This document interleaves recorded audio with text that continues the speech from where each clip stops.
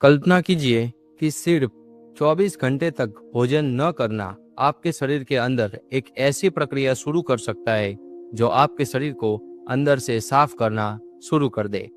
पुरानी, कमजोर और बीमार कोशिकाएं धीरे धीरे खत्म होने लगे और उनकी जगह नई कोशिकाएं बनना शुरू हो जाए।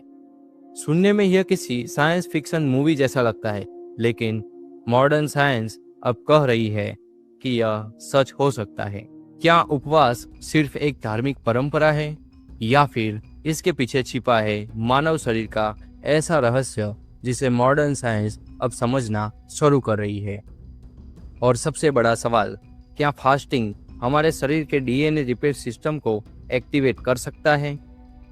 हजारों साल पहले जब लेबोरेटरीज नहीं थी, माइक्रोस्कोप नहीं थे, तब भी भारत के योगी, ऋषि और तपस्वी लंबे समय तक उपवास करते थे। कभी एक दिन, कभी 3 दिन और कभी कभी कई हफ्तों तक। लेकिन उन्होंने ऐसा क्यों किया? क्या यह केवल आस्था थी या उनके पास शरीर के बारे में कोई ऐसा ज्ञान था जो आज हम भूल चुके हैं या फिर हमें पता नहीं?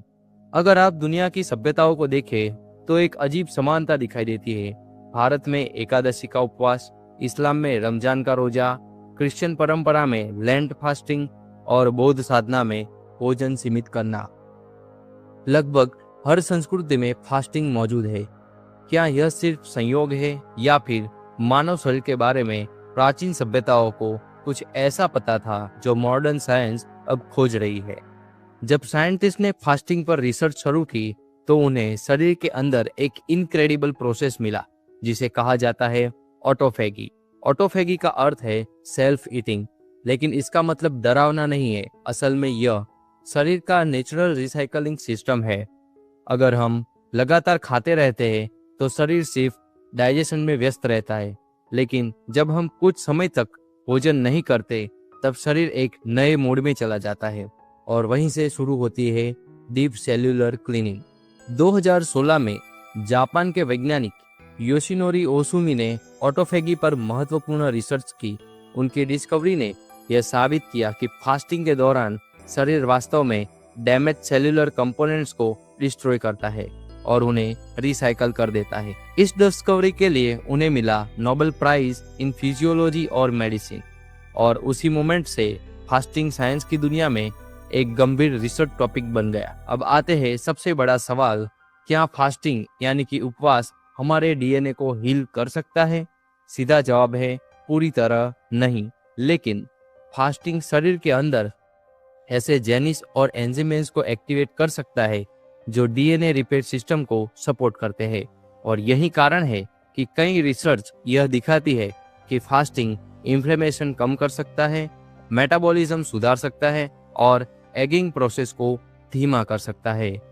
शायद इसीलिए प्राचीन योग परंपरा में उपवास को सिर्फ भोजन से दूरी नहीं कहा गया, उसे कहा गया तप। तप का अर्थ है शरीर की शुद्धि, मन की शुद्धि और चेतना की शुद्धि। जब हम कुछ समय के लिए इंद्रियों को नियंत्रित करते हैं तो केवल शरीर नहीं, मन भी शांत होने लगता है। तो क्या फास्टिंग डीएनए को हील कर सकता है? सीधे नहीं, लेकिन यह शरीर के अंदर ऐसे सिस्टम्स एक्टिवेट कर सकता है जो हीलिंग और लॉन्गेविटी को सपोर्ट करते हैं। और शायद यही वह जगह है जहां एंशिएंट विजडम और मॉडर्न साइंस एक ही सत्य की ओर इशारा करते हैं।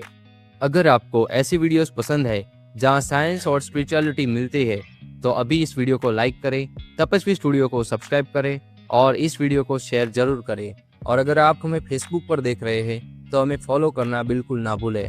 हम मिलेंगे अगले वीडियो में एक और रहस्यमयी और ज्ञानवर्धक वीडियो के साथ। तब तक जिज्ञासु रहिए, स्वस्थ रहिए और जुड़े रहिए तपस्वी स्टूडियो के साथ। धन्यवाद।